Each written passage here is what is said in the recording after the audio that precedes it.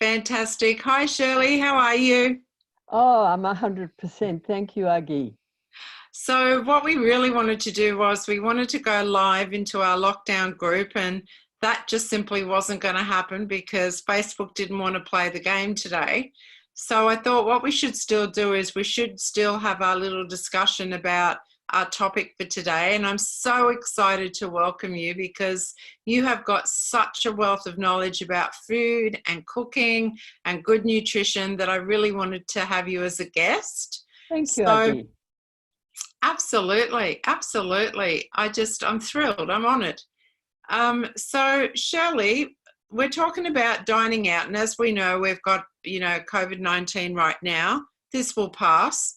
Yes, of course. So we've got lockdown, but we also do have the opportunity of a lot more food that we can grab takeaway because just about every restaurant or takeaway place is offering pickup. So no contact pickup, same as Uber Eats, right? Exactly. But we still do need to talk about dining out, irrespective, because it still counts. So I'm just going to wonder if you could share with us some tips. That would be awesome. I would love you for that. So let's look at when we're getting food that we haven't prepared ourselves. What would be your tips for some starters? Oh, for starters, well, if you're on a diet, Agi, I always feel rather stick to soup, steamed fish, or something like that. Steer away from anything like a pizza or anything that you might have as a starter. Great. And so would that also be like trying to steer away from like creamy, saucy appetizers as well? Oh, absolutely. Absolutely. The plainer the better. A minestrone soup with lots of veggies in it. I love that. Uh, um, or steamed fish, as I say, with a little trimming of broccoli or zucchini. Awesome. So can you give us a little bit of a tip? Because I know a lot of people like bread and rolls as starters. Can you give us a bit of a tip about that? Yes, indeed, I can. Steer clear of white bread. I always go for the whole grain or the rye. I find that far better. And of course, if you take a whole roll, try to eat half. And would you agree that it's not bad manners to ask the waiter to take the whole bread basket away, not have it? No, no, indeed. I think, uh, uh, of course, you'd have to ask the rest of the company if they would mind if you remove the bread basket, but I don't think anybody would object.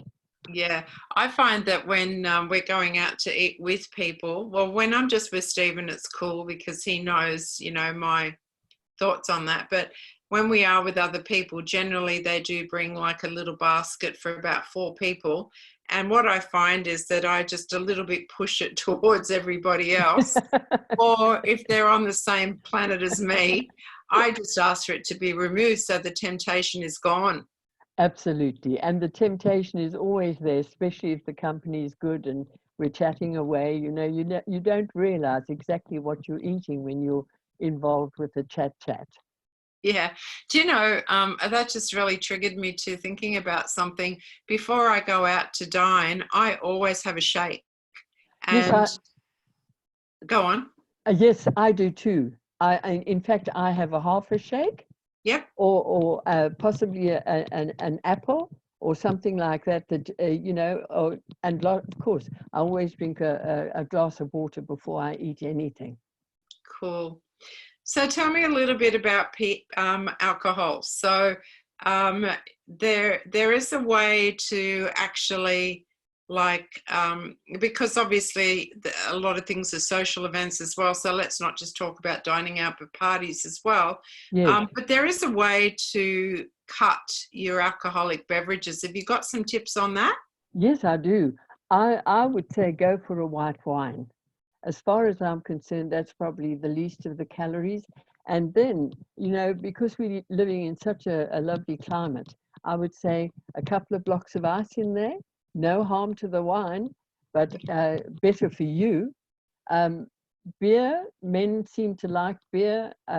Take a light beer rather than an average beer. Mhm. Other than that, I would soda water Yeah. or something like that. And flavored soda water is fine. Yeah. Do you know what I love doing? I actually, and now, I'm still waiting for Star Trek. I've got to put that out there because apparently they made a delivery, but it wasn't to my house. So I can't wait to grab the grape aloe because I Oh, love having the aloe in mineral water and sparkling water. And I actually take a bottle of aloe to the restaurant with me. I So, actually love that, Agi. That's so good. Really. yeah, And now yeah, we've got all these flavors. yeah, I used to do it with the original. Now we've got the mango, mandarin, and the grape. I know. Can't wait for it. Mine's I coming know. today. Wait till I get hold of that Star Trek man after this. But the other thing too is, which is really interesting, because we're a slightly different generation, not too far apart. But my preferred drink after the mineral water, and I really do get into the mineral water, but if I do have a drink, I really like vodka, lime, and soda, and the lime must be fresh lime, not syrup. Yep. And I found out last time when I was in Indonesia with my friend Sky, that's actually called the skinny bitch drink Good grief. because it doesn't have that many calories. I think I just shocked you, didn't I? I think that's great. It's a great name for it. I think I just shocked you. No, you Um, didn't. No, you so didn't. tell me, to your understanding, when we're making selections on the menu, what you would classify as low fat and what you would classify as high fat. Just give me a couple of examples. Well, low fat, Aggie, I would say steamed fish, uh, um, grilled meat, or like chicken or beef or anything like that. Uh, um, Light sauces with it, and I would put those on the side. But just steamed, baked, or broiled, as far as I'm concerned. Cool. And what about, I think we covered off before in the starters, the high fat. What do you see as high fat? Well, I would say high fat is, of course, butter, Mm-hmm. cream, Yeah. cheese. I know everything is lovely. Another thing is, if like mayonnaise and things like that, stay clear of these things. Learn to read your labels.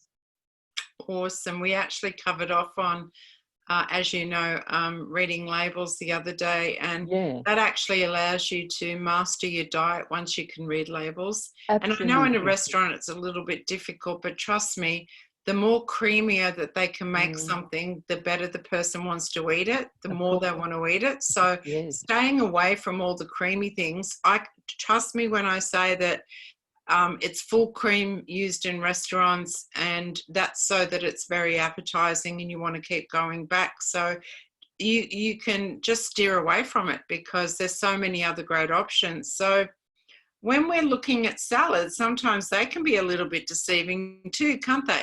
absolutely. Depending on the dressings that you have.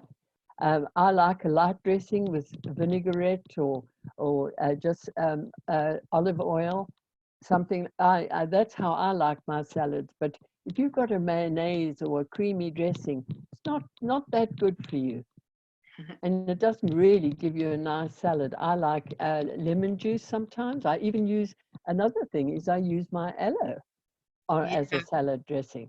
Oh gosh, I love you. So that's the other reason I take my aloe to the restaurant, because I just get a plain salad and then whiz the aloe over it. And I'm really sorry for that chef, but that's really just my choice. That's right. And if you've got a little bit of fruit in your salad, it's Oh, lovely to that's have the good too. mandarin. Yes, or the mango. Absolutely. Yeah, Change it up with a bit of fruit in your salad. Absolutely. And sometimes, well, look, to be honest, at restaurants, we may not be able to get that, but that's a great tip for home, right? yes, and at home too. When you're cooking at home, the aloe comes in beautifully into the salads. So, with our main courses, some tips. Yes, of course. I love my poultry. And of Yep. course, I like the light meat, not the legs and things like that. I love the breast. Yep. But again, I would go for light fish, steamed, of course, or grilled. All my meat is grilled or boiled. So that's what I would go for. But steer clear again of cheeses, mayonnaises, and things like that. And any gravies, I would ask to be served on the side. Oh, great idea. Yes. Rather than they will, pour the gravy over your food, so you could choose to have a little wherever you needed it, over perhaps your veggies or just a little on your meat. I would ask them to serve it on the side. Wow, that's awesome. You know, I'm taking some notes, don't you? Oh, that's great. So, dessert, yummy, yummy in my tummy, right? If you can rather steer clear of desserts, because they've got a lot of creme brulee, and they've got a lot of carrot cakes, and they've got a lot of cheesecakes. Try to stick to fresh fruit salad if you can, because I Yeah, find that the best, or a sorbet rather than a full cream of ice cream. great, Yeah, great tip. definitely I love the fresh sorbet and fruit. fresh fruit. Yes. So you've already given us a few tips for success, but give me your 3 top tips. Well, I would say, as I mentioned before, have an apple or a glass of water, or both, before you leave. I prefer to have a half a shake. It seems to fill me up. Uh, um, don't fill your plate up totally, and don't be afraid to leave some food on your plate. You know, in the old days, they used to say you had to eat what was put in front of you. Not anymore. Think of your health. Rather eat, and don't get that full feeling. Rather have a feeling that, oh, I could have eaten a little more if I'd wanted to. And last of all, of course, have your waiter remove your plate as soon as it's done. Let them take your plate away, because then you're not tempted to pick a little more if you've left anything on your plate. So that's what I would say. I remember, they're awesome tips. They're really good tips. They're valuable to remember. I always remember Dr. Rod Hampton said to me once, I can't remember where we were, but we were at dinner together, and he said that there's a delay between the stomach and the brain, and it's generally about 20 minutes to 30 Yes. minutes. So therefore, once you're 80% full, that's where you should actually stop. Absolutely. Always get up from the table thinking, I could have had a little more. Yeah, Because he's absolutely. quite right. Because once your brain comes into gear with your stomach, you'll find out that, oh, I could have actually eaten a little less. Yeah. You know, Shirley, this has been so good. I'm going to ask you a favor. Yes. So, to keep, and because Facebook didn't want to play the game today, and to keep this to a reasonable length, I'm going to stop our topic here today. But Yes. I'm wondering if we could get Facebook happy again. Would you mind joining me tomorrow where we talk about portion control? I'd love to. Agi. My last tip, if I may say so, is there's no harm in drinking a glass of water between courses either. Nice. Yes. Beautiful. Okay, that's lovely, Shirley. Thank you so much. Well, thank you for I've loved having this me. chat. Thank you. I think it would be just so valuable if we could talk about size does matter, and maybe even a little bit of fiber maybe tomorrow. Well, we'll see how we go.